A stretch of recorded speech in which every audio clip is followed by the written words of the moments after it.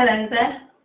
I'm back again in the sex abuse series, and today I'm going to be talking to you about sex abuse and casuality, and to just put that in the context of our safe relationship toolbox, so that we have a set of tools that we're building up for ourselves in order to keep us safe and to be able to develop safe relationships and situations.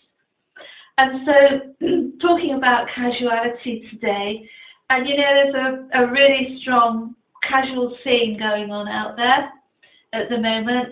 A lot of expectations are being put on people to sleep around, to have sex with strangers, to have sex with people that they've just met, or to have sex on the first date, or even second and third dates and what have you. And whereas we don't make any judgments about what anybody does, including ourselves, it's important to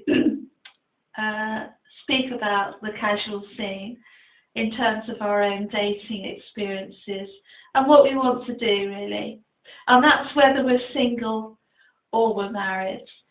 So, taking the casual scene in terms of safety and remaining safe and secure, I want to talk about that dating scenario today, and to put it in the context of possibly sexual abuse somewhere down the line.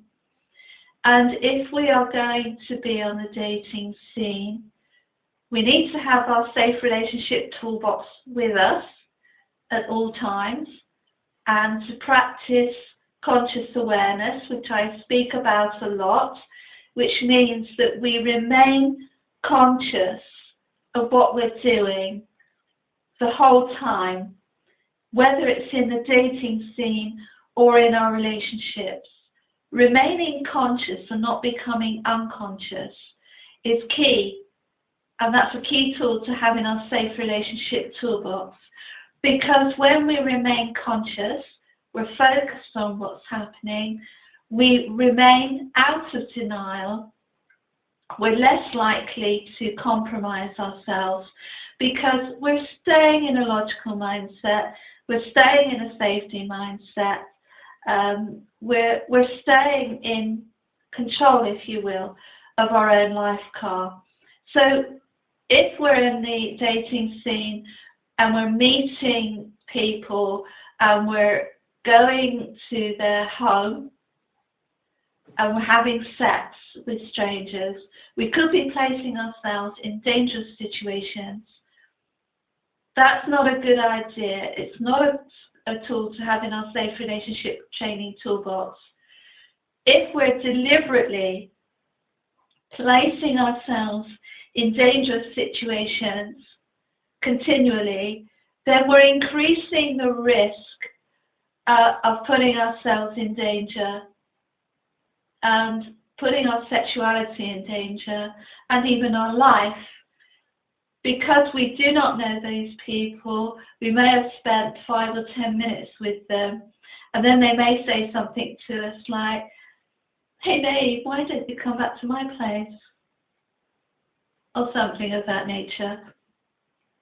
And sometimes if people have had a lot to drink or what have you, or drugs, they may not be as clear as they are normally. They may not be as aware as they are normally.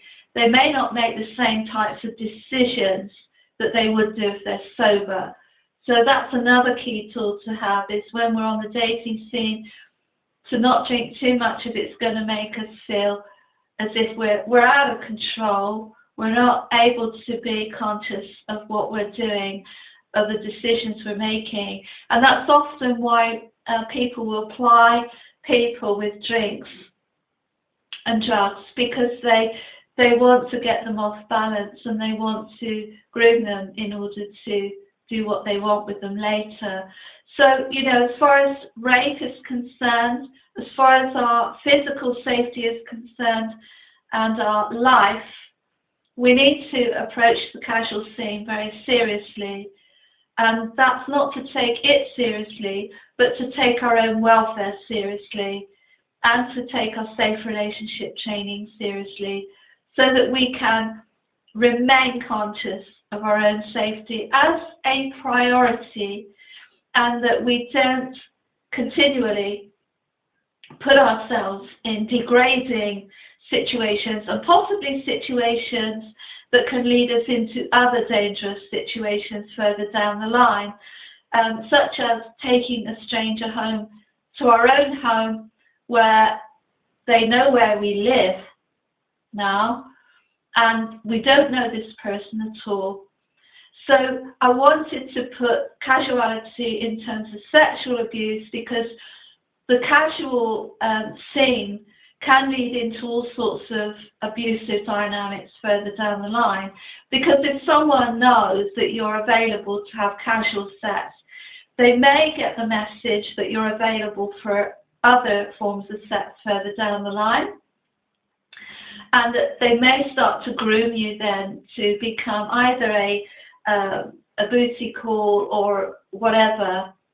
And even you could be looking at becoming a sex slave, or entering the sex trade or whatever. So just to make people aware that safety is key here.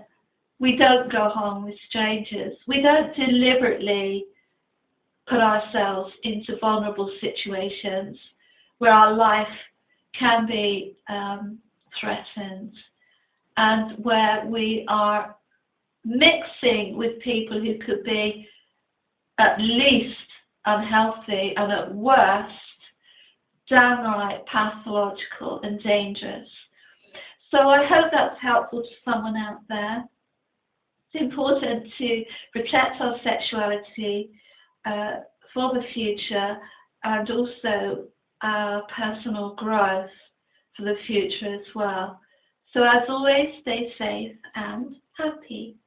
Bye-bye.